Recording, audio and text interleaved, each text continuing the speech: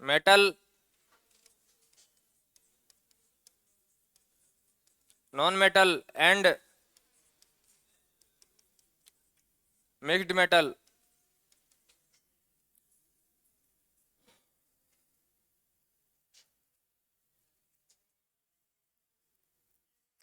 पहले वाला टॉपिक अपना शनिवार को कंप्लीट हो गया था।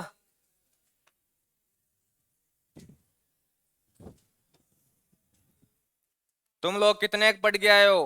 पीरियोडिक टेबल, एटॉमिक स्ट्रक्चर और ब्लॉक, वो यहाँ सारा अब खुल जाएगा। कि लगभग सारी वही बातें आएंगी जो पहले पढ़ा चुका हूं।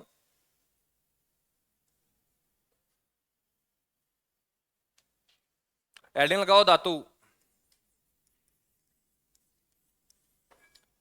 अब मैं जिसको पूछू ना वो मेरे को प्रॉपर्टीज बता देना, धातु की प्रॉपर्टीज कौन कौन सी होती हैं।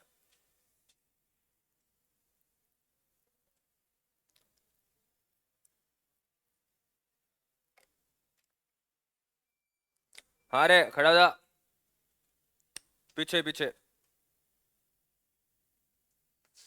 धातु की प्रॉपर्टीज द्रव्यमान होता है। तू जो बात बोल रहा है वो इस पे लागू होती है, मैटर पे, पदार्थ पे, पदार्थ पे या द्रव्य पे। ये तो पहले ही मान चुके कि ये पदार्थ है, तभी तो धातु है, धातु में अपन ने इनको विभाजित किया है मेटल एंड नॉन मेटल में। ऐसी कौन सी प्रॉपर्टीज होती हैं जिसको आप जिस एलिमेंट को धातु बोलते हो, और ऐसी कौन सी प्रॉपर्टीज होती हैं जिनको आप अधातु बोलते हो, वो बता।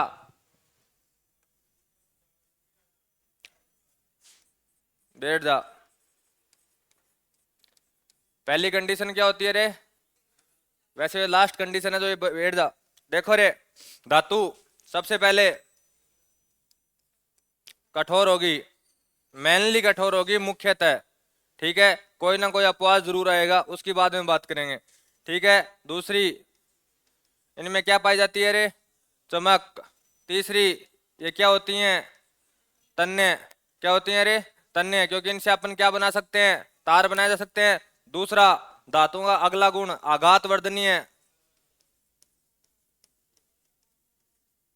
मेलेबल। आघात वर्धनीय क्या होता है रे? आप उसके ऊपर चोट मारो, वो किस में फैल जाए? एक चादर के रूप में फैल जाती है। वो कौन सा गुण होता है इसका? आघात वर्धनीय, ठीक है। तो पहला गुण कठोर, दूसरा चमक, तीसरा तन्य, इसका अगला वाला आघात वर्धनीय।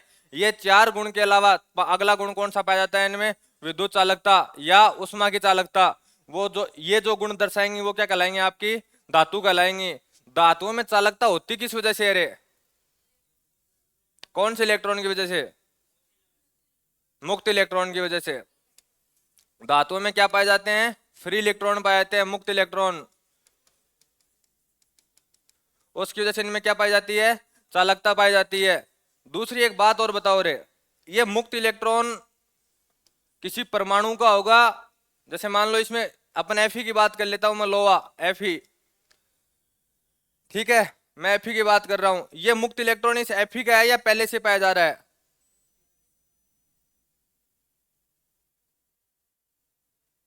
ये मुक्त इलेक्ट्रॉन जिसको आप बोलते हो, जिसकी वजह से क्या पाई जा रही है? इलेक्ट्रॉन, ये जो विद्युत चालकता पाई जा रही है, ठीक है। ये इस Fe का इलेक्ट्रॉन है या ये मुक्त वैसे ही पहले से फ्री है?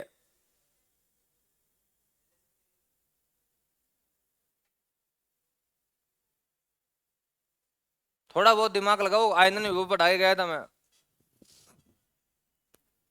देखो, यहाँ कोई लोहे की रोड नहीं दिख रही मेरे को। एक बार इसी को आप लोहे की रोड मान लो, ठीक है। अपन इसको इस पलक में लगा देते हैं। इस पलक में लगाएंगे, हाँ रख, तेरे पास रख। इसको इस पलक में लगाएंगे, इसमें तुरंत की तुरंत कंडक्शन होगा, आपको करंट आएगा, ठीक है। अर्थात इसको आपने इस प्रकार की पहले से कोई ऊर्जा नहीं दे रखी थी जिससे आप इस Fe का आप किसी एक कोष से इलेक्ट्रॉन बाहर निकाल सकते हो, नहीं निकाल सकते ना, ठीक है। अर्थात धातुओं में जो ये मुक्त इलेक्ट्रॉन होते हैं ये इस परमाणुओं के अलावा पाए जाते हैं रे, ठीक है। ये इसका भाग नहीं है, इस Fe का पार्ट नहीं है, ठीक है, क्योंकि जो मैं ये लाइन इतनी जोर से क्यों समझा रहा हूँ कि आगे वाली जो लाइन आएगी ना वो इस पे डिपेंड आएगी पहले ही। मैं आगे एक लाइन लिखवाऊंगा कि धातुओं में जो मुक्त इलेक्ट्रॉन होते हैं वो यादृच्छिक गति करते हैं, रेंडमली क्या करते हैं, मोशन करते रहते हैं, ये तो कभी इधर गए कभी इधर गए। ठीक है, तो उसकी वजह से इनका जो इनका पथ बनेगा इन इलेक्ट्रॉनों का वो कैसा बनेगा रे, वक्रनुमा। कैसा पथ बनेगा, वक्रनुमा। और ये वक्रनुमा पथ बनने का कारण है कि जो ये Fe होते हैं, आप एक बात और, धातुओं के जो आयन होंगे वो पॉजिटिव होंगे नेगेटिव होंगे, पॉजिटिव होंगे।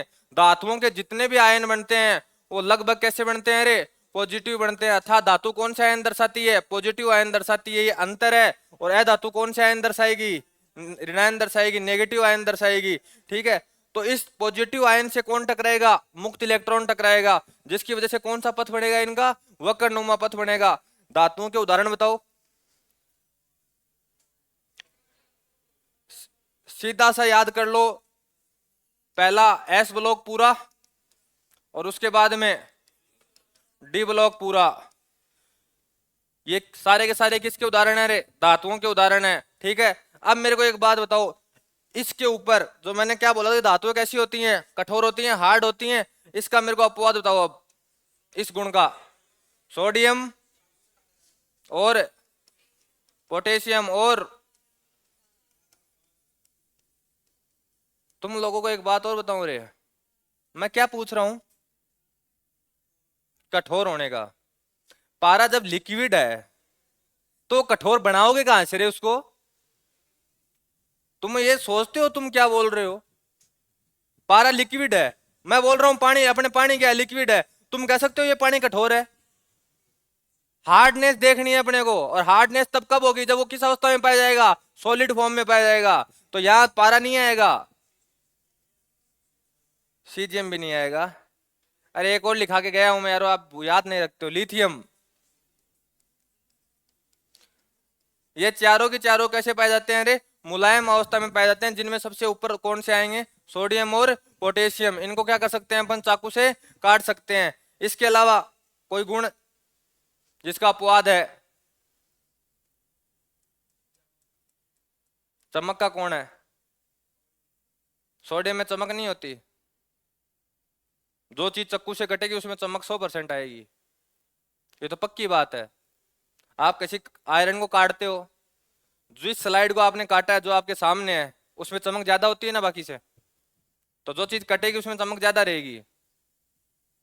ऐसा कोई जो चालकता का धातु है लेकिन चालक नहीं है।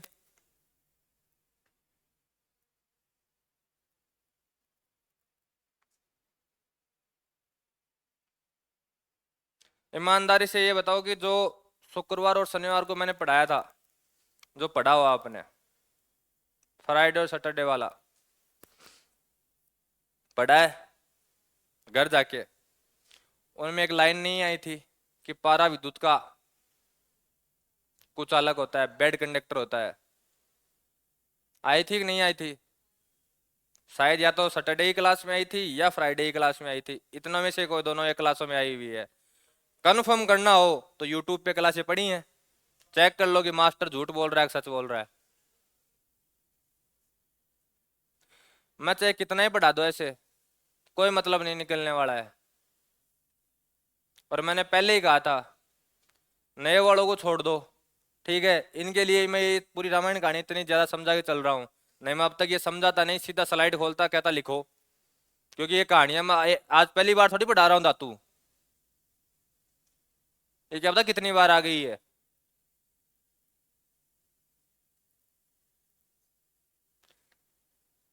लेकिन वो तुम क्या कुत्ते की पूंछ हो रखे हो, उसको कितनी पाइप में डाल दो वो लास्ट में मारेगी गुंडी ऐसे हैं। तू उल्टी बात कर ले अपने। हाँ रे, देखो जो अब मैंने जितनी भी बातें आपको यहाँ बताई हैं वो आपके यहाँ स्लाइडों में। पहला, वे पदार्थ जो कैसे होते हैं रे, कठोर, रुको, कठोर, चमकदार, तन्य, ध्वनिक। ध्वनिक क्या होगा रे, इनको आप पीटोगे तो क्या हो जाएगी, आवाज आएगी। ठीक है, लचीले और उष्मा और विद्युत के क्या होते हैं, चालक होते हैं, क्या कहलाते हैं आपके, धातु कहलाते हैं। क्योंकि इनमें क्या पाए जाते हैं रे, मुक्त इलेक्ट्रॉन आपके एग्जाम्पल लोहा, तांबा, एल्यूमिनियम और कैल्शियम इत्यादि। यहां तक लिख दो रे एक बार पहली स्लाइड।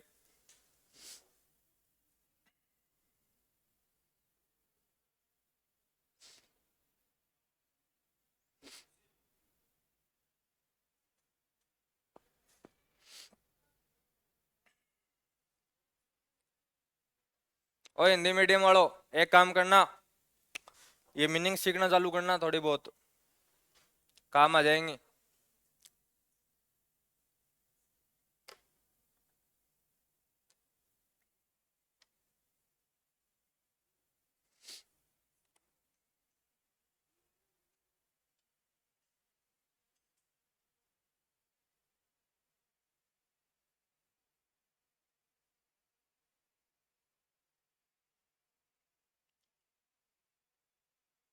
इंग्लिश मीडियम वाले, ये लाइन है ना यहाँ से वाली, ये नीचे वाली आर कार्ड मेटल्स, इसको यहाँ जोड़ देना।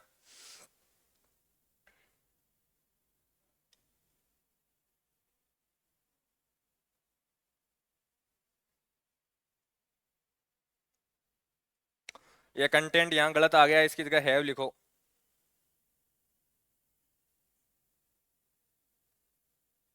इस इसकी जगह हैव करना।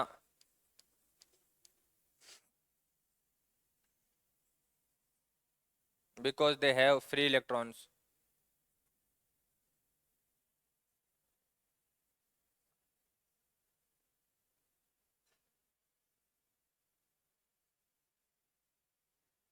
लिख दिया रे? कोई ऐसा जो रह गया हो जल्दी, गलत मत लिखना। पहले ये बताओ ये शब्द सारे सही दिख रहे हैं ना, फटे हुए नहीं दिख रहे ना? यदि ऐसा हो तो फिर इसको एक दूसरा सॉफ्टवेयर है उसमें खोलेंगे।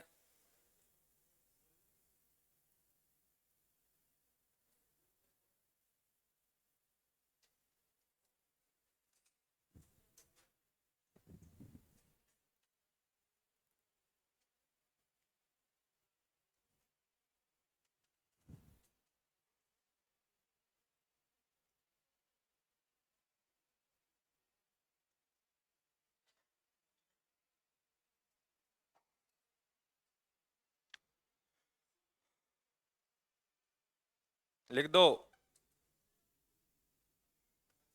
बोल के लिखो। ओहो, लिखो भाई, पहली लाइन लिखो, ये विद्युत के धनात्मक प्रकृति के होते हैं। लिखो, ये विद्युत के धनात्मक प्रकृति के होते हैं।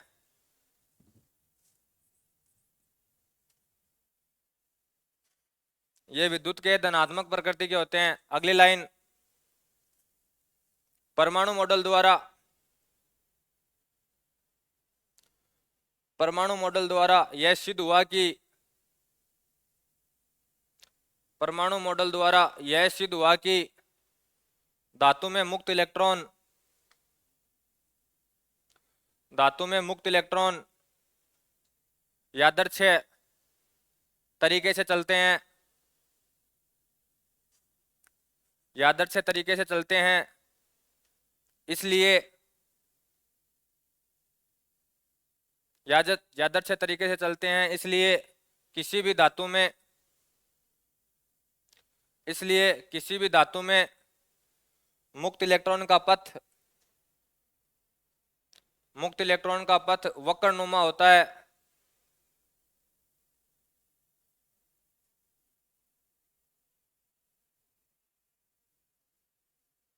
और अगली लाइन, धातु आघात वर्धनीय व तन्य होती हैं, क्योंकि धातु आघात वर्धनीय व तन्य होती हैं क्योंकि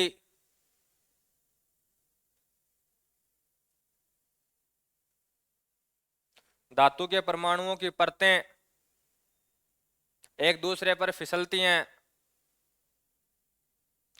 धातु के परमाणुओं की परतें एक दूसरे पर फिसलती हैं।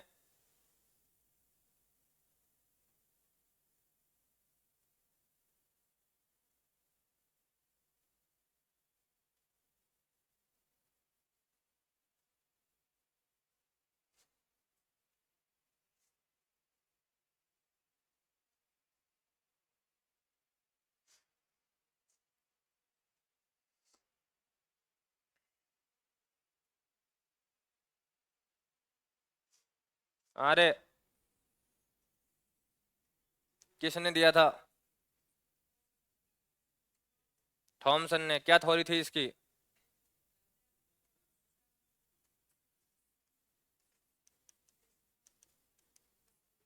क्या थ्योरी थी इसकी? दूसरा नाम क्या था इसका? Plum pudding model.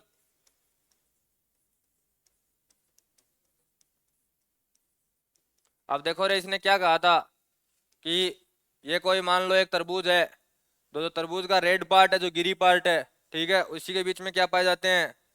बीज पाए जाते हैं। ठीक है, ऐसे। तो जो ये बीज पाए जा रहे हैं, ये तो क्या है रे? इलेक्ट्रॉन। और जो ये गिरी वाला पार्ट है, ये क्या है? प्रोटॉन। ठीक है, तो अपन यहाँ क्या बोल रहे हैं? सेम की सेम बात यहाँ बोल रहे हैं कि धातुओं में जो मुक्त इलेक्ट्रॉन पाए जाते हैं वो कैसी गति करते हैं रे? यादृच्छिक रैंडमिक मैनर में गति करते हैं। ठीक है, सेम बात इसने बोली थी और यहाँ से सिद्ध हुआ था। ठीक है, इसी की वजह से धातु में क्या पाई जाती है रे? चालकता पाई जाती है। तो ये याद रख लेना भाई, परमाणु मॉडल किसने दिया था? थॉमसन ने दिया था। इसके बाद में कौन सा मॉडल आया था रे? रदरफोर्ड आ गया था या और कोई आया था? रदरफोर्ड। रदरफोर्ड मॉडल का नाम क्या है? कौन से कणों की बौछार की थी उसने? Alpha particle. कितने पार्टिकल्स में एक पार्टिकल वापस रिटर्न आया था? 20,000 में से सिंगल पार्टिकल। ठीक है, दूसरा, जो जहां से वो घूम के आया था उस जगह को इसने क्या कहा था? नाभिक। क्या कहा था? न्यूक्लियस कहा था। तो इसकी थ्योरी क्या निकल के आई थी कि जो जितना भी प्रोटॉन यानी जितना भी धनावेश है किसी भी परमाणु का, वो क्या है रे? एक बिंदु के ऊपर केंद्रित है और जिसका आकार क्या है रे? बहुत छोटा है। आकार को डिफाइन कैसे किया गया? क्योंकि 20,000 में सिंगल पार्टिकल क्या आया था? वापिस लौट के आया था। यदि अधिक पार्टिकल लौट के आते तो अपन क्या बोलते कि जो आकार है वो कैसा है रे? बड़ा है। ठीक है, तो ये याद रख लेना। इसके बाद में कौन सा मॉडल आया था? वो क्या नहीं समझा पाया था? रदरफोर्ड क्या नहीं समझा पाया? रदरफोर्ड क्या डिफाइन नहीं कर पाया था? हैं? हाँ, वो ये नहीं बता पाया क्योंकि उसने क्या कहा था कि इलेक्ट्रॉन कैसे गति करते हैं रे? वर्ताकार पथों में गति करते हैं। यदि कोई भी सर्कुलर मोशन होगी तो वो अंत में किस में समा जाती है रे? सेंटर में समा जाती है, नाभिक में समा जाती है। यदि ऐसा होता नहीं है, क्योंकि नाभिक के चारों ओर परमाणु इलेक्ट्रॉन क्या करते हैं? हमेशा गति करते रहते हैं।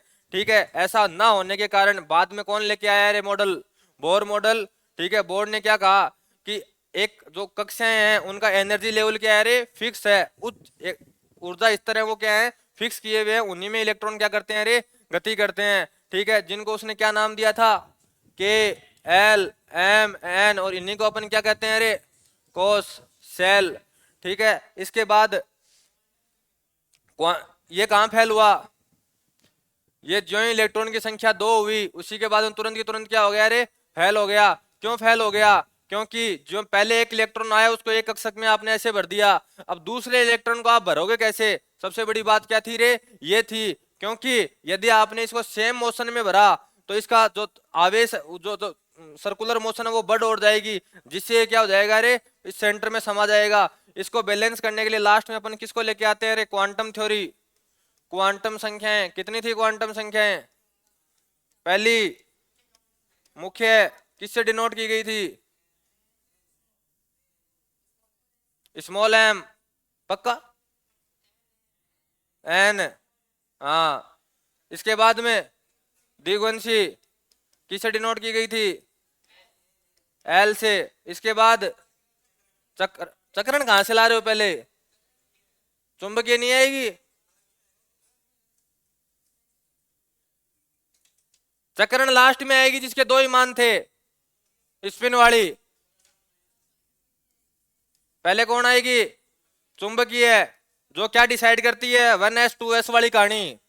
ठीक है, ये क्या डिसाइड करती है? उपकोष को, कि कौन से उपकोष में इलेक्ट्रॉन जाएगा। और ये क्या डिसाइड करती है? कोष को।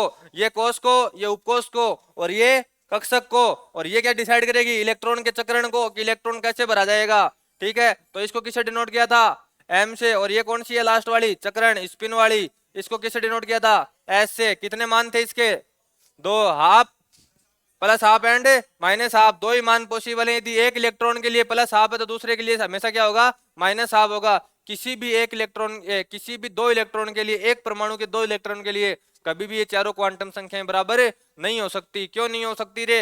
क्योंकि दूसरे का मान किसी ना किसी तरीके से क्या हो जाएगा, चेंज हो जाएगा। यदि इसका आपने प्लस हाफ ले रखा है और उसी कक्षक में वो इलेक्ट्रॉन दोबारा भरा जा रहा है तो उसका मान क्या जाएगा, माइनस हाफ आएगा। तो ये लाइन आपको इतनी, ये एटॉमिक स्ट्रक्चर इतनी थी जो अब तक मैंने आपको क्या कर दी है, पूरी बता दी है। तो अब पढ़ लिया करो रे। ऐसी है आप में ऐसा कोई है लड़का जो ऐसे पूरी कहानी गा सकता हो 5 मिनट में किसी, तो एक जो मैंने पढ़ा के आया हूं अब तक।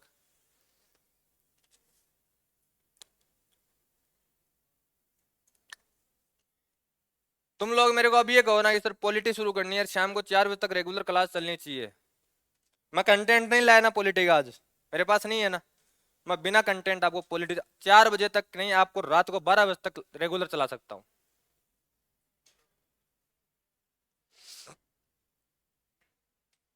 जब ये साइंस बैकग्राउंड रहा है मेरे, उसके बाद में मैंने एमए की है।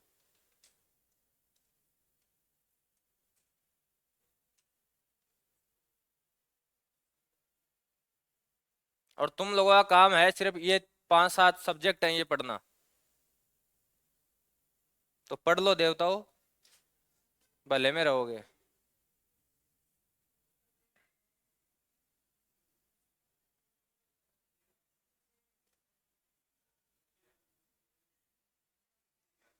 ये जो ऊपर वाली जो अभी लाइन आ रही है, ठीक है, शुद्ध लोहे की मजबूती कम होती है इसलिए अपन उसमें क्या मिलाते हैं, अरे कार्बन मिलाते हैं। क्या मिलाते हैं, कार्बन मिलाते हैं। देखो अब तक ये ऊपर वाला जो लाइन है यहाँ तक, इससे एक ही क्वेश्चन नहीं बनाया रे, ठीक है। जो क्वेश्चन बना है वो यहाँ से बना हुआ है। लोहा एक धातु है ना कि कोई एक यौगिक। क्योंकि देखो आप यहाँ क्या बोल रहे हो, इसमें क्या मिला रहे हैं अपन, कार्बन मिला रहे हैं। होता क्या है कि जब भी अपन किसी चीज में, जैसे मान लो ये कार्बन है, ये किस में मिलाया जा रहा है, अरे लोहा में मिलाया जा रहा है, तो आप क्या बोल देते हो, ये क्या है, एक मिश्र धातु है। और मिश्र धातु ये क्या होता है, अरे यौगिक। क्या होता है, यौगिक होता है। लेकिन वो इसके ऊपर प्रिंसिपल लागू नहीं होते हैं, किसी प्रकार की कोई रिएक्शन अभिक्रिया नहीं कराई गई है। केवल और केवल क्या की गई है रे, अशुद्धि मिलाई गई है जिससे इसमें क्या आ सके, कठोर बना सके। ठीक है, ये धातुओं के उपयोग है, ये लिख दो।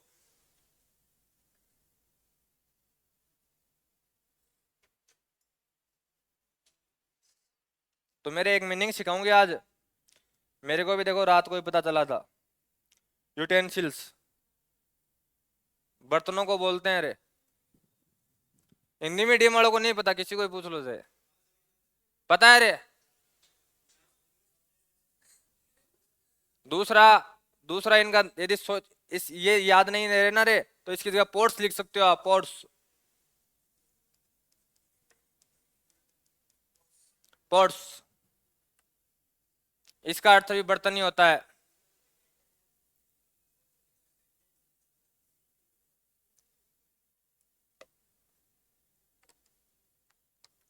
इस ऊपर वाली लाइन को स्टार लगाना रे। यहां से दो क्वेश्चन बनते हैं कि शुद्ध लोहे को मजबूत बनाने के लिए किसकी अशुद्धि मिलाई जाती है, कार्बन की। और दूसरा, लोहा एक धातु है या यौगिक, तो क्या आएगा रे, एक धातु है। देखो ये ऐसे नहीं पूछेगा ये क्वेश्चन, आपको सीधा का सीधा पूछ लेगी लोहा धातु है, क्या धातु है, क्या है, नहीं पूछेगा ऐसा। ये बोलेगा आपको कि शुद्ध लोहे में मजबूती को मजबूती लाने के लिए किसको मिलाते हैं रे, कार्बन को मिलाते हैं। तो अब बताइए लोहा है, पहला ऑप्शन देगा यौगिक, दूसरा देगा धातु, तीसरा देगा है धातु, चौथा देगा मिश्र धातु। तब ध्यान रखना सारे के सारे गलत हैं, तब अपना आंसर क्या हो जाएगा, सिर्फ और सिर्फ मेटल।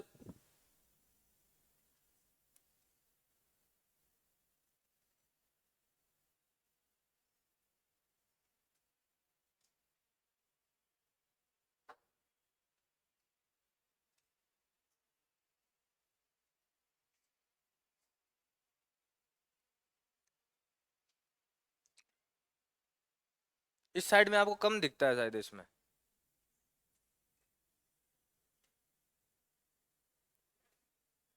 तो इसका सॉल्यूशन, उसका कैमरा भी साफ है।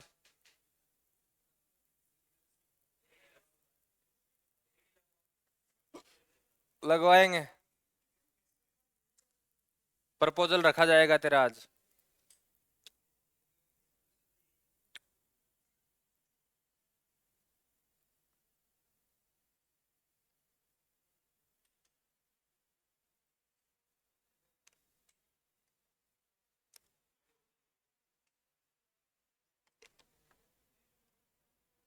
ये जो फोटो लगी हुई है शुद्ध लोहे की फोटो लगी हुई है रे।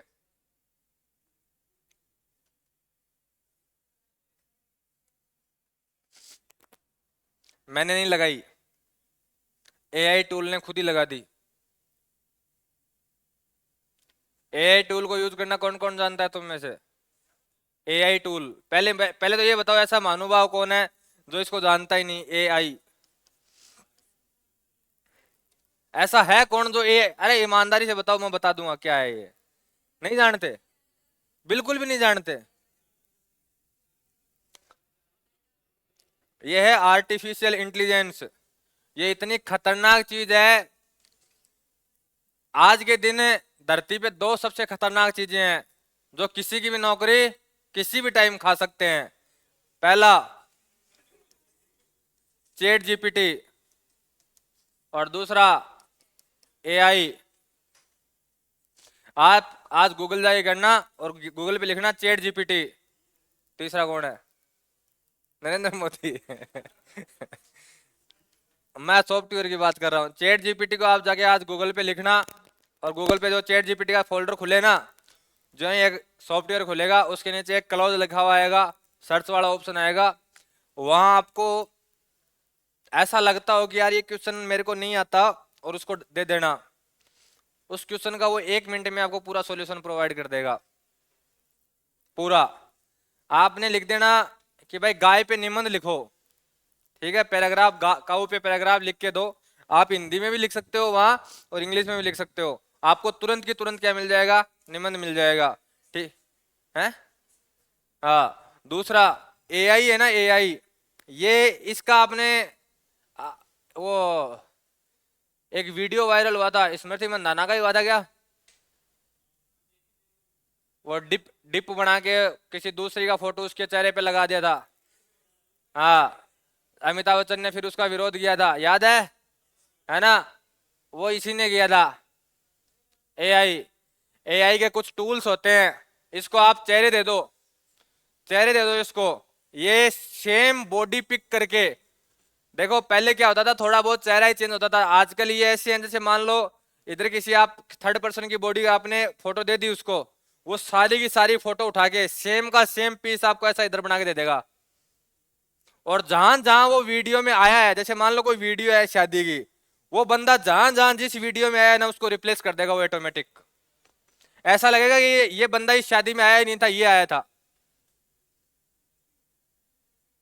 इतने खतरनाक है एआई।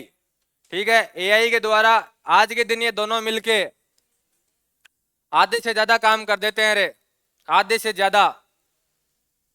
लेकिन चैट जीपीटी पे एक कंडीशन है, सिर्फ और सिर्फ जैसा आप कंटेंट चाहते हो वो पूरा का पूरा वो आपको लिख के नहीं देगा। जैसे मान लो जो लैंग्वेज चाहते हो, ठीक है, इजी लैंग्वेज चाहते हो, वो इसको नहीं समझ में आती इतनी, बस ये आपको कंटेंट प्रोवाइड कर देगा। ये सारा जो डेटा होता है उसे कंटेंट उठाता है और आपको डिलीवर कर देता है।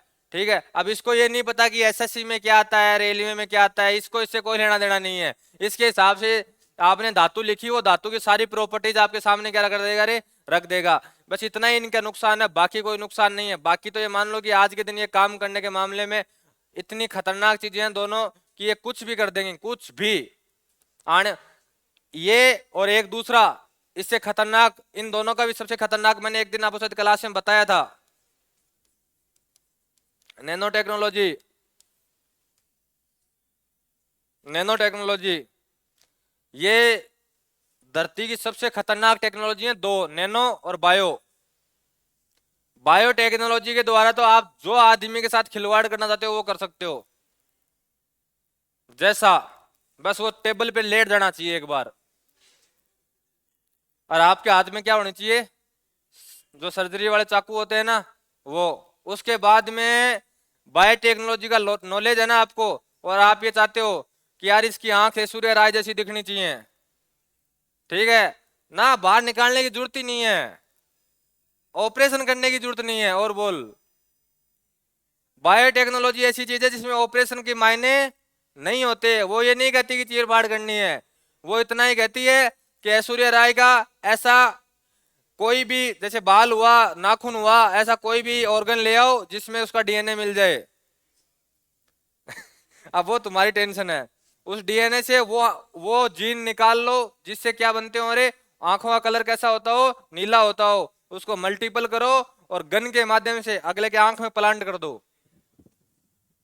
लेजर के माध्यम से नहीं, लेजर से आंख फूट जाती है। वो लेजर से ऑपरेशन होते हैं, उसमें टाके नहीं आते, ऑपरेशन करना और आंख फोड़ना दोनों में फर्क है।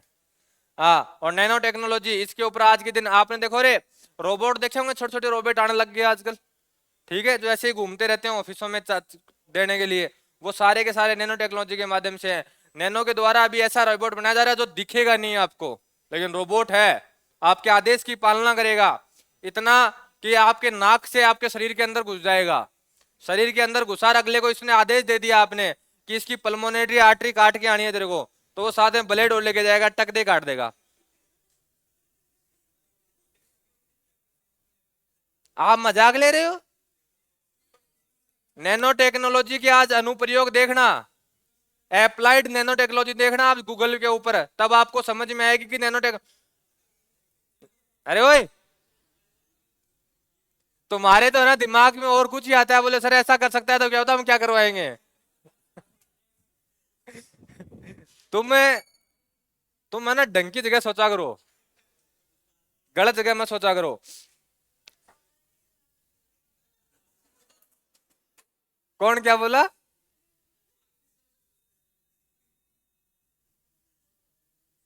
क्या बोल रहे हैं? अच्छा, वाह, कौन से ग्रह से आए तू?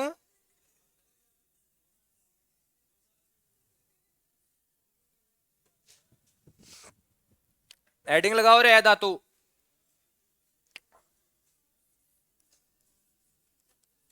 Non metal.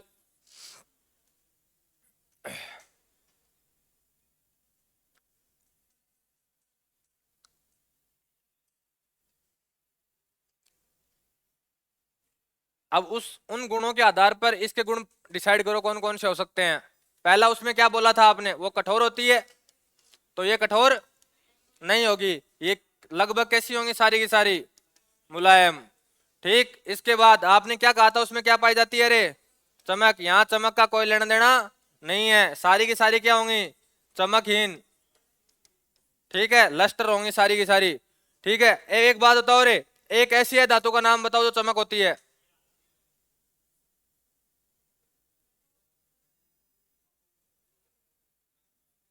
एक ऐसी है धातु जिसमें चमक होती है, मैं लिखवा के आया हूं आपको।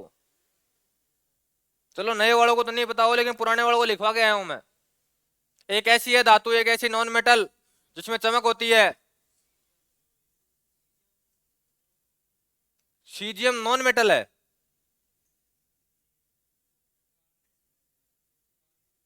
कार्बन में चमक नहीं होती। ये अप्रूप है इसके, अप्रूप की बात नहीं कर रहा मैं। जैसे मैं ये नहीं कह रहा कि आप अप्रूप डिफाइन करो ना, आपको ये बताना, जैसे कार्बन है, आयोडीन है, ब्रोमीन है, क्लोरीन है, फ्रोमीन, ये सारी की सारी क्या है, यह धातुएं हैं। इनमें से एक को डायरेक्ट उठानी है, आयोडीन। आंसर क्या होगा आपका, आयोडीन। आयोडीन जो आपकी नेचर में पाई जाती है, डायरेक्ट पाई जाती है, ये डायरेक्ट कौन सी अवस्था में होती है रे, चमक अवस्था में होती है, ये एक धातु है जो अपवाद है। ठीक है, इसके बाद देखो रे, आपने वहां क्या कहा था, उनको आप पीटोगे ना तो उसमें कैसे गुण आएंगे, आघात वर्धनीय हो जाएगा या तन्य हो जाएगा, दो गुण आएंगे उनमें। इनमें ये गुण नहीं पाए जाते, जो ही इसके ऊपर हैमर की चोट पड़ेगी, ये कौन सी अवस्था में आ जाएंगे रे, चूर्ण की अवस्था में आ जाएंगे। ठीक है, या छोटे छोटे पार्टिकल में क्या हो जाएंगे, टूट जाएंगे, लेकिन इनमें किसी प्रकार का आघात वर्धनीय या तन्य का गुण नहीं पाया जाता। वो सारे के सारे क्या थे रे, गुड कंडक्टर, किसके, विद्युत चालक के और उष्मा के। ध्यान रखना, मैं जब भी कंडक्टर की बात करता हूं तब दोनों कंडक्टर साथ लेके चला करो, उष्मा के भी और विद्युत के भी। ठीक है, और ये सारे के सारे कैसे होंगे रे, बैड कंडक्टर होंगे। ठीक है, वहां आपने क्या कहा था कि वो सारे के सारे क्या बनाते हैं, धनायन बनाते हैं, ये सारे के सारे क्या बनाएंगे, ऋणायन बनाएंगे। आप कभी देखना रे, जब आप रिएक्शन लिखते हो तो जो आप नेगेटिव वाला पार्ट जो आयन डिसाइड करते हो, देखना वो लगभग किसका आता है, अधातुओं का आता है। और जो सारे के सारे दो अपन पॉजिटिव पार्ट लिखते हैं, ठीक है, धनायन लिखते हैं, वो सारे के सारे किसके आते हैं, अपने मेटल्स के आते हैं। ठीक है, तो लिखो।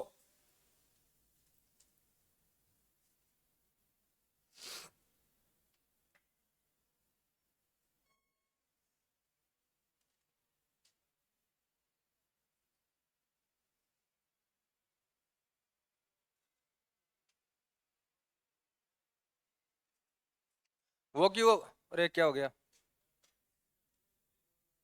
हाँ, वे पदार्थ जो दिखने में क्या होते हैं, अरे चमकहीन, स्पर्श में कैसे होते हैं, कोमल, तथा थोड़ी की मार से किस रूप में टूट जाते हैं, अरे चूर्ण के रूप में टूट जाते हैं, क्या कहलाते हैं आपके, अधातु, तथा उष्मा और विद्युत के क्या होते हैं, कुचालक होते हैं, बेड कंडक्टर होते हैं।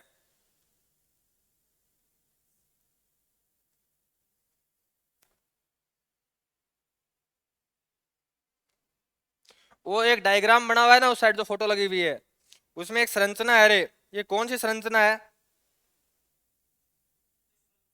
चतुष्फलकीय है। तेरा दिमाग शार्प चलता है रे, एक नंबर। ये वहां तक पहुंच ही नहीं पाए जितना इन्होंने सोच ही नहीं पाए इतना ये। किसकी संरचना है, H2O ही कैसे है, CH4 की संरचना है ये। H2O की संरचना ऐसी होगी नहीं, H2O की संरचना तो ऐसी होगी,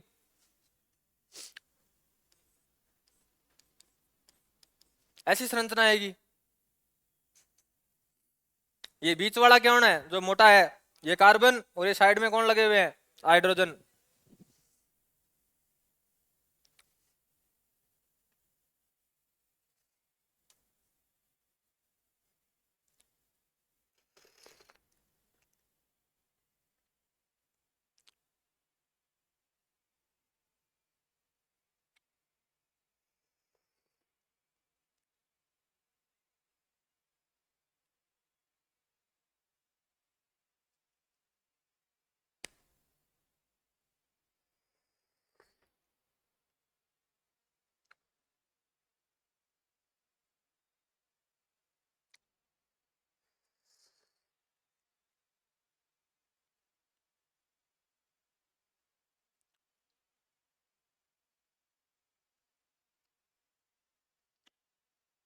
अब ये स्लाइड बनने लग गई है, जो आपका स्टेटिक्स का पार्ट है ना, वो मैं कभी संडे की क्लास में स्लाइडों से करवा दूंगा एक साथ।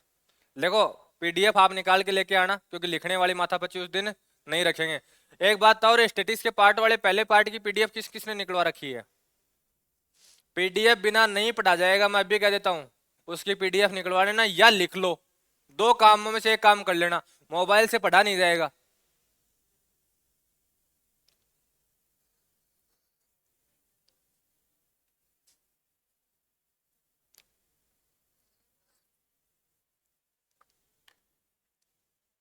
लिख दिया रे।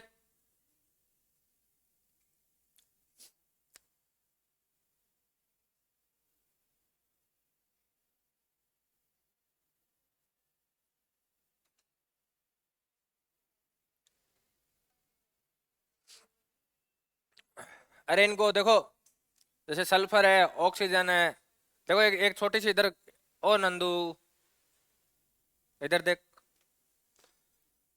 होता क्या है कि ऑक्सीजन हुई, नाइट्रोजन हुई, फ्लोरीन हुई, ब्रोमीन हुई, ये क्या है, गैस अवस्था में पाई जाती है। ठीक है, अपन अब तक क्या है, हमेशा ये सोचते हैं जैसे धातु कठोर होती हैं तो अधातुएं भी कैसी होंगी, सॉलिड फॉर्म में पाई जाती हैं। ध्यान रखना, अधातुएं गैसीय अवस्था, द्रव अवस्था और सॉलिड अवस्था तीनों में पाई जाती है। कभी ऐसा ऑक्सीजन है ये ऑप्शन में कि निम्न में से कौन सी नॉन मेटल है, ठीक है, और आपको वहां ये ऑक्सीजन ये दिख जाए, बोले यार ये तो गैसीय अवस्था में, इनको नॉन कई, उस टाइम पे ये कॉन्सेप्ट दिमाग से निकल जाता है। तो ये चीज ध्यान रखना, नॉन मेटल गैसीय अवस्था में भी होती है, ठीक है, लिक्विड फॉर्म में भी होती है और सॉलिड फॉर्म में भी होती है। ये चीज को दिमाग में क्या कर लेना, फिट कर लेना, ऐसा मत कर देना कि ये सॉलिड फॉर्म में ही पाई जाती हैं। ठीक है, इसके आगे वाला, ये चीजें मैं आपको बता के आया था अभी।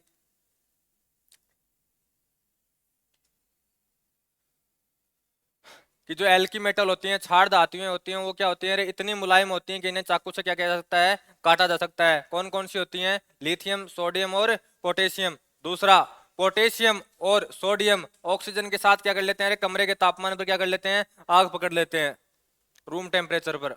रूम टेम्परेचर कितना होता है रे, 27 डिग्री सेंटीग्रेड। तो कमरे का तापमान होता कितना है एक्चुअल में, 27 डिग्री सेंटीग्रेड।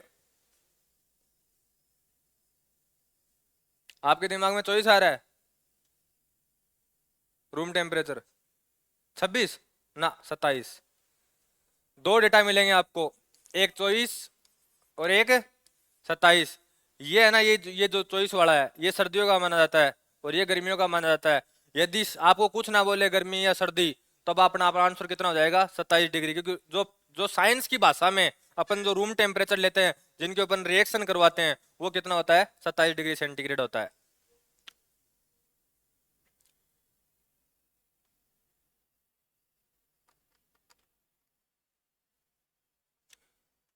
ये बात है ना, शायद आज 7वीं या 8वीं बार आई है रे, और ये क्वेश्चन बहुत बार आता है। तो मैंने यहाँ देखो, पहले मैं क्या लिखा करता था कि मैं आपको यहाँ सीधा ऐसा भी लिख सकता था कि ये लिथियम, सोडियम या पोटेशियम कैसी होती है जिन्हें चाकू से काटा जा सकता है। मैंने क्या लिखा है, एल्की मेटल, क्षार धातुएं। क्यों लिखा है एल्की मेटल? कारण है इसका। अगला आपको ये ऑप्शन में दे दे सीधा ही, ये ऑप्शन में नहीं है कि अगले ने ये कह दिया आपको कि निम्न में से कौन सी धातुओं को चाकू से काटा जा सकता है। ऑप्शन में पहला ऑप्शन है क्षार धातुएं। दूसरा ऑप्शन बोल दिया उसने, क्या नाम आपकी, क्षार मृदा धातुएं। तीसरा ऑप्शन बोल दिया डी ब्लॉक की धातुएं, और चौथा ऑप्शन बोल दिया नॉन मेटल। तब अपना आंसर क्या हो जाएगा रे, क्षार धातुएं। इसीलिए ये शब्द यहाँ लेके चल रहा हूं, क्योंकि ये तीनों के तीनों क्या है रे, क्षार धातुएं हैं।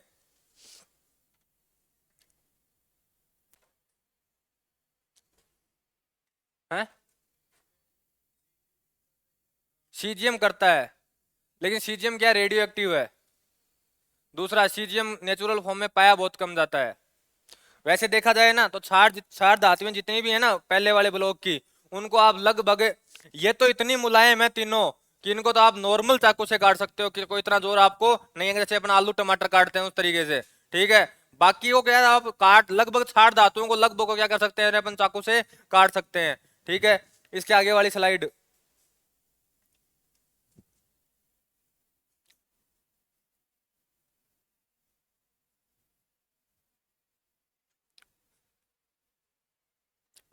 पारा वह धातु है जो कमरे के तापमान पर कौन सी अवस्था में पाया जाता है रे, द्रव अवस्था में पाया जाता है। इसके बाद में ब्रोमीन को छोड़कर, देखो अभी जो लाइन में बोल रहा था वो यहाँ आ गई है रे। ब्रोमीन को छोड़कर यह धातुएं या तो क्या है, ठोस हैं, या क्या है, सारी की सारी गैस हैं। सिर्फ केवल जबकि ब्रोमीन किस अवस्था में पाई जाती है, द्रव अवस्था में पाई जाती है। ब्रोमीन एकमात्र ऐसी धातु है, यह धातु है जो किस अवस्था में पाई जाएगी, लिक्विड फॉर्म में पाई जाएगी।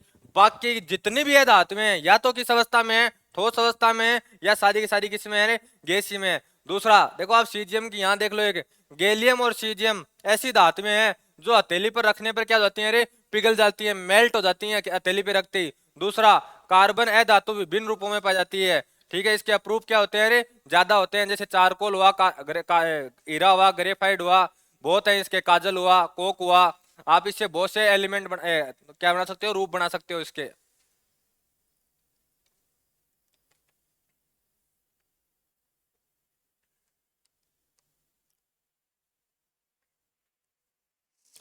वो जो डायग्राम बना हुआ है वो क्या है रे,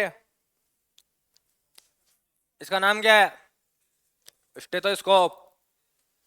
क्या सुनता है ये, किसकी ध्वनि,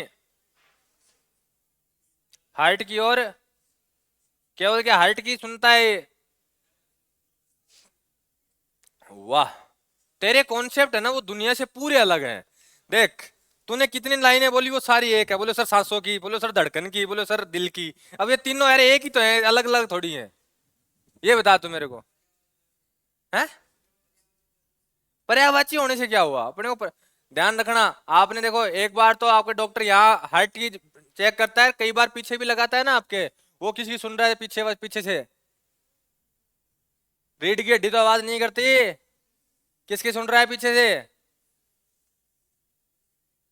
किडनी की।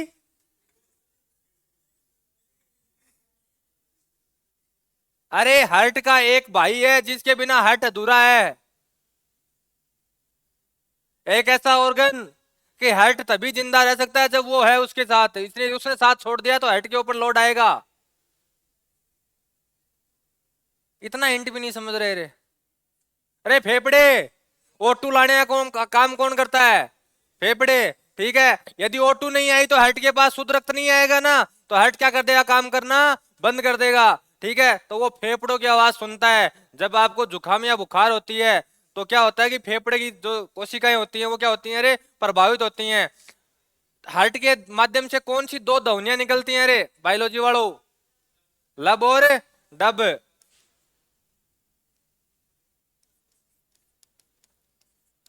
पहले कौन सी निकलती है रे? और 2 नंबर पे डब। यदि ध्यान रखना, यदि डॉक्टर जब सुनता है और ये वाली आना बंद हो गई है, तो अर्थात उसके वाल क्या हो गए हैं रे? खराब हो गए हैं। ठीक है, तो फिर क्या, ये जब इन ध्वनियों में यदि कोई भी एकांतर क्रम टूटा, पहले लब फिर डब फिर लब फिर वापिस डब, ठीक है, यदि एकांतर क्रम इनका टूटा तो उसके वाल करना क्या हो गए हैं? काम करना बंद कर दिए हैं, तो फिर उसके वाल ट्रांसप्लांट किए जाते हैं। कितने वाल होते हैं रे?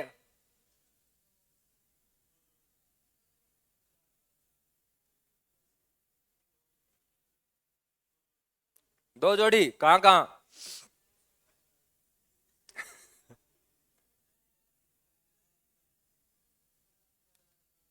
दाया बाया, बोल दो, जितना जोर आ रहा है सब बोल दो।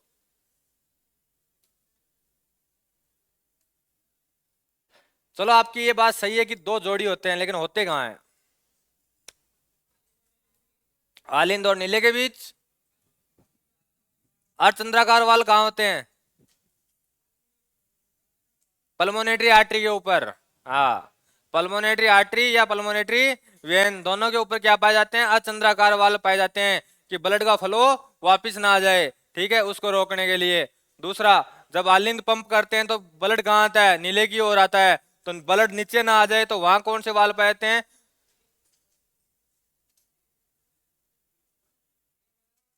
द्विवलनीय वाल पाए जाते हैं वहां, ठीक है। और जो पल्मोनेटरी आर्टरी होती है, जो किसको क्या क्या, क्या करती है रे पल्मोनेटरी आर्टरी? पल्मोनरी आर्टरी शुद्ध रक्त लेके जाएगी, क्या शुद्ध लेके जाएगी?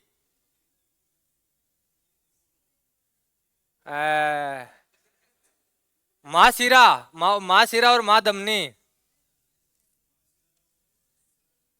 महाशिरा शुद्ध लेके जाएगी या लेके आएगी? लेके आएगी। कहां से? फेफड़ों से। और महाधमनी लेके अशुद्ध लेके जाएगी। तो ध्यान रखना, जो अर्धचंद्राकार वाल होता है वो किसके ऊपर लगा होता है रे? महाधमनी पे। आते टाइम क्या जोर है? आते टाइम तो आने दो, जाते टाइम वो वापिस ना फ्लो मार जाए, उसको रोकने के लिए अर्धचंद्राकार वाल कहाँ लगा होता है? महाधमनी के अंदर, पल्मोनेटरी आर्टरी के अंदर लगा होता है। ये लिख लिया यहां तक, ये सारे के सारे? टाइम हो गया रे, बच रहा है?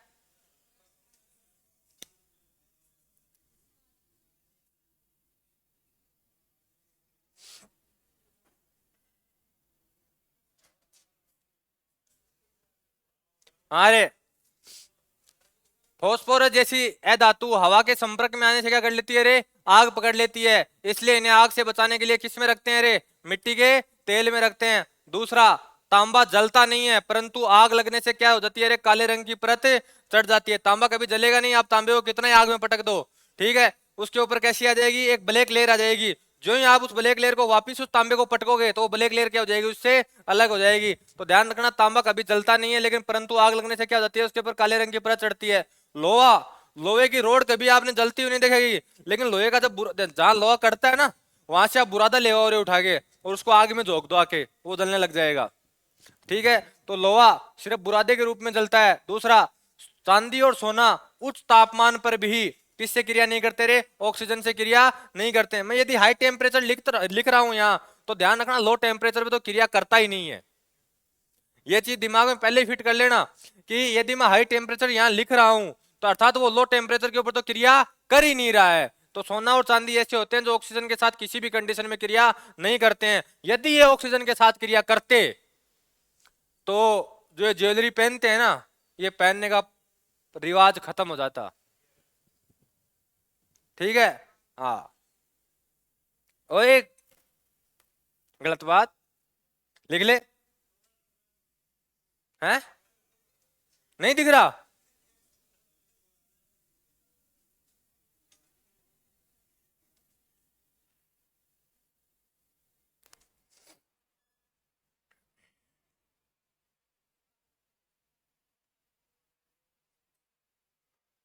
इसको स्टार लगाना। एक बार आपके क्वेश्चन आया हुआ है ये।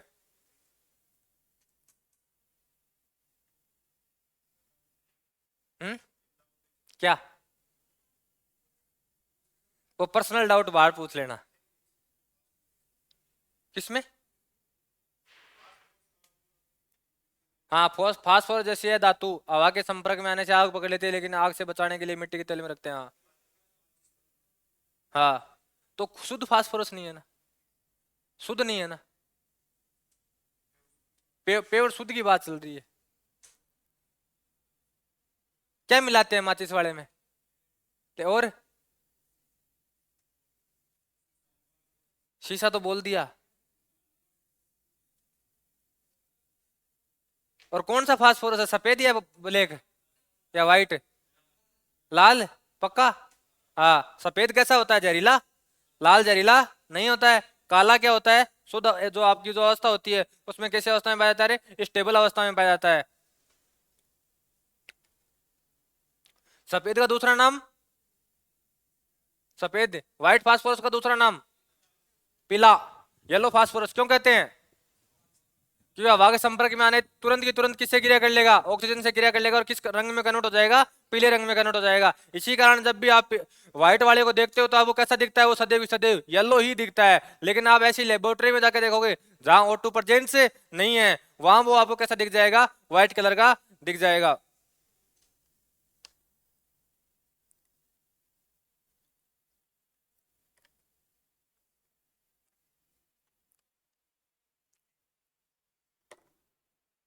तुम दोनों को यहाँ यदि इस टॉपिक में थोड़ी बहुत भी दिक्कतें आए तो उसका एक सॉल्यूशन है। ब्लॉक वापिस कब पढ़ने पे लाइन पे आएंगे वो मेरे को नहीं पता, ठीक है। मैंने S block, P block, D block और एफ ब्लॉक की 15 क्लासें हुई हैं इससे जस्ट पहले, वो सारी की सारी यूट्यूब पे पढ़ी हैं क्रम वाइज इसी क्लास की, ठीक है। वहां से क्लास ले लेना, नोट्स लिखे जाए तो लिख लेना। लेकिन ये है कि यदि एक बार लिख लोगे ना आप, तो ये जो रामायण कहानी चल रही है ना, ये आपके दिमाग को इतना परेशान नहीं करेगी। क्योंकि ब्लॉक ऐसी चीज है जो पूरी पीरियोडिक टेबल को कवर कर रहे हैं एक साथ, क्योंकि उसमें प्रत्येक तत्वों को मैंने अलग अलग पढ़ाया है, लगभग जो अपने एग्जाम में आते हैं।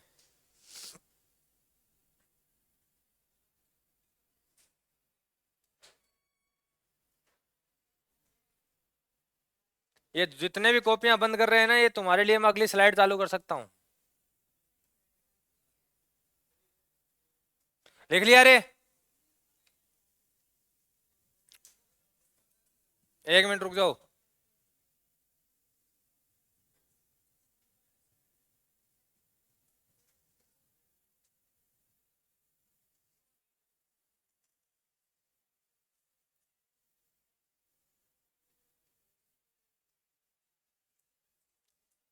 देखो,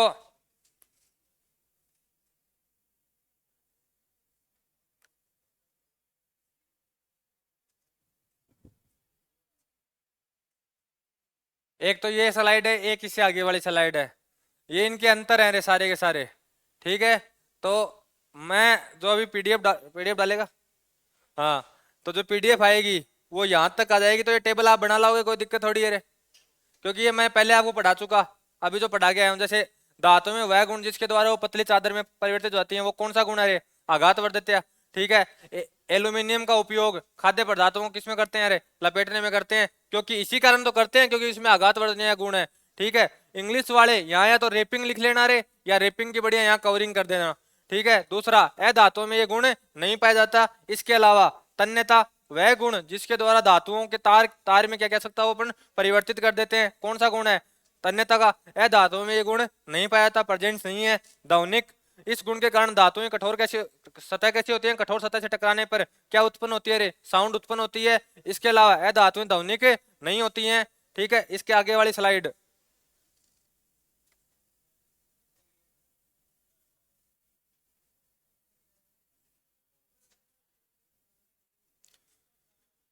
चमक वाला, कुछ धातुओं में चमक होती है जिससे उस पर क्या होती है रे, आपतित पर। ओए, ये इधर सुन लो, एक लाइन है ये, और ये आपके एग्जाम में आई हुई है, ठीक है।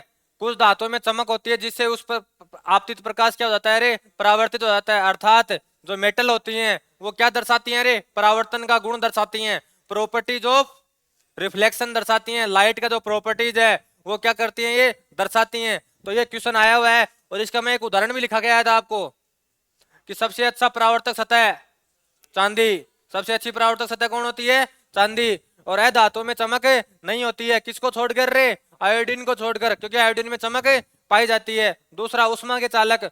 उष्मा के चालक होते हैं चांदी व तांबा। उष्मा के क्या है रे? सबसे अच्छे चालक है लेड और पारा। उष्मा के क्या होते हैं रे? कुचालक होते हैं। ठीक है, इसके बाद उष्मा के कुछ कुचालक। घरों में तारों के चारों ओर पोनी, जो, अरे पोनी नहीं है, पोली होना चाहिए था ये, पोली विनाइल क्लोराइड या रबर जैसे पदार्थों का क्या होता है रे? आवरण होता है। वो किस क्या होते हैं? वो विद्युत के कुचालक होते हैं। जो तार नहीं आते अपने घर पर, जैसे ये वायरिंग जा रही है घर पे, क्यों ये रे देखो ये रे, जो इसके ऊपर ये जो वायरिंग की हुई है, ये किसकी है रे? पॉलीविलाइन की है। ठीक है, जिसकी वजह से ये क्या होते हैं? कुचालक होते हैं। ठीक है, इसके अलावा इनकी कठोरता अधिक होती है, किसको छोड़कर रे? पोटेशियम और सोडियम को छोड़कर। ठीक है, यह धातुएं कोमल प्रकृति के होते हैं। ये आपके यहाँ तक है। यहाँ तक यदि आप कल कर लाओगे, ये दो टेबल है, दो नहीं है टेबल तो एक ही है। ठीक है, दो स्लाइड है, यहाँ तक कर लाना। और आगे वाली अपन केमिकल प्रॉपर्टीज कल चालू करेंगे इनकी। हाँ, अभी दोबारा एक बात कह रहा हूं, इधर देखो, एक हिंट दिखाऊं आपको।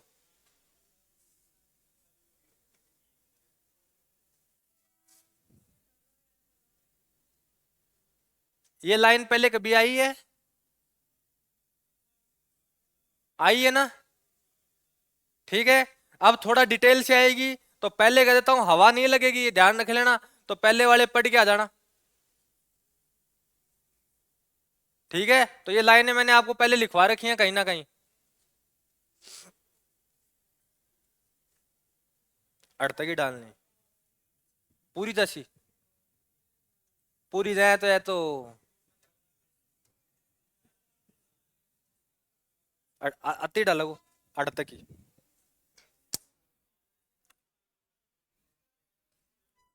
इंग्लिश की क्लास नहीं है? है? अरे है या है 12 तक।